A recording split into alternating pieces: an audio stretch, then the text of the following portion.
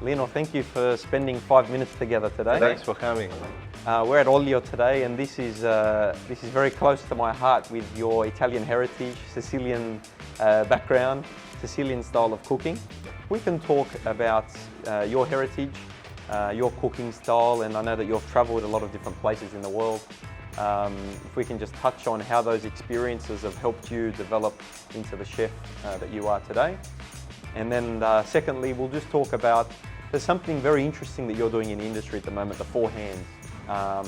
And I think it'd be nice if we can just talk a little bit about how you came up with that idea and how that has helped Olio as a brand and the great chefs that you're bringing from overseas to cook with you.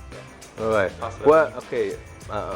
I'm really born and bred Sicilian in any possible ways, from the family culture to the food, everything is. But I left Sicily quite early. I was in the 20s, so with my idea was to be like a kind of an ambassador of Sicilian cuisine in the world. Yeah, wow. Because I mean, we can see Italian food. Italian food is well known all around the world, but Italian food is so complicated, so different everywhere you go. So this is why you just focus on where you come from instead of your country. You focus on your hometown. So post Italy, was your next move on to Singapore? Yeah. Well, after my experience in Europe, during my stay in Italy, I still was traveling all around the world. I started with South America. I think the biggest exposure in terms of career was in Singapore. I was there for 13 years. Then I opened my own restaurant, Gatto Pardo. So in the first few months, it was a bit tricky for me because you never know. I don't know what is the season we have now, and then I really back to the spring, to the winter, to the fall. So it was quite cool to discover all this shit. Would that be part of the reason why you often come through the markets to keep you up to date? I need to understand really. I still now, honestly, I really don't know what is in season. Because like you guys, you tell me, okay, this is, oh wow, really, this is in the season. You would have been one of the founding people bringing Sicilian food to Asia. And how was it received by them initially? Not easy. Actually, I was quite insulted in the beginning. My guest was like, they expect to have Italian food, quite traditional.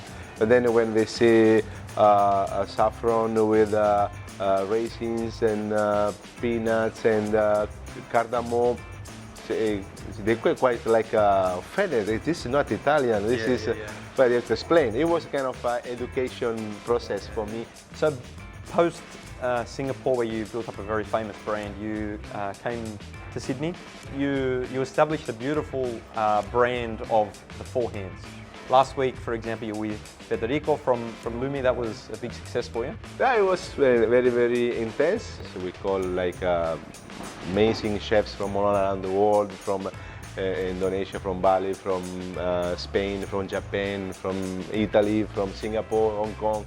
So it was quite intense to organize this. But the idea was really to get together with some French chefs. It's interesting because sometimes you would send us through a list of products that they are looking for, but for example, they're not in season here, you know, so it is a lot of work putting that together. Absolutely. I mean, I remember when we did the Locavor, which is is a place who is called Locavor, which means they use the really, really local producers, and we are in Asia, in Bali. So it was quite challenging, but at the end of the day, it was an amazing result with all producers. Right. So, So you've moved your family a few places around the world, I understand, and of course, family is an integral part of everyone's life, and especially being Sicilian. Yeah, absolutely. Well, I mean, my kids are still a bit confused about when the school asks where are you from. Actually, they don't know. Honestly, they are. My wife is Julian, South American. So is mine. Really?